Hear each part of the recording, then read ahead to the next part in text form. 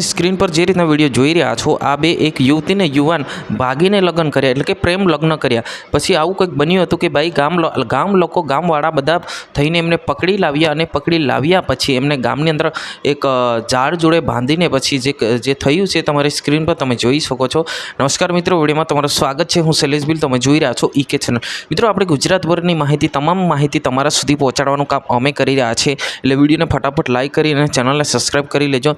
મિત્રો, હવે વાત કરવામાં આવે તો અલગ અલગ સમાજના એટલે કે અલગ અલગ જાતિના બે એક યુવતી અને એક યુવાને પ્રેમ લગ્ન કરી લીધા, એટલે કે પ્રેમ લગ્ન કર્યા પછી ભાગી ગયા, એટલે કે ભાગીને લગ્ન કર્યા પછી જે થયું એને તમે સ્ક્રીન પર જોઈ શક્યું કે શું થયું છે। આ યુવતી અને યુવાનને પહેલાં તો પકડી લાવ્યા અને પકડી લાવ્યા પછી બંનેને એક બહાર ગામની અંદર એટલે કે ઝાડ સાથે બાંધી દીધા અને બાંધીને પછી એમને પહેલાં તો મારવામાં આવ્યો, પછી એમને આ ચપ્પલનો હાર બનાવીને પછી પહેરવામાં આવે છે। આ યોગ્ય છે કે નહીં એ તમારે અવશ્ય કોમેન્ટ કરવામાં। ભલે મિત્રો કે અત્યારે માનવામાં આવે તો ભલે અલગ અલગ સમાજના યુવતી યુવાન હોય, પરંતુ આવું તો જાહેરમાં ના કરાય ને મિત્રો।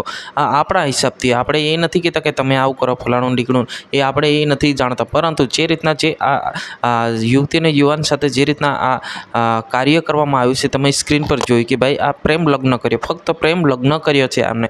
અને એવું કહેવામાં આવે છે કે ભાઈ કે આ અલગ અલગ સમાજની યુવતી અલગ સમાજની છે અને યુવાન અલગ સમાજના છે, બંનેને પ્રેમ લગ્ન કર્યા એટલે કે ભાગીને લગ્ન કર્યા પછી એમને પકડી લાવ્યા અને પકડી લાવ્યા પછી જે થયું છે તમારે સ્ક્રીન પર તમે જોયું।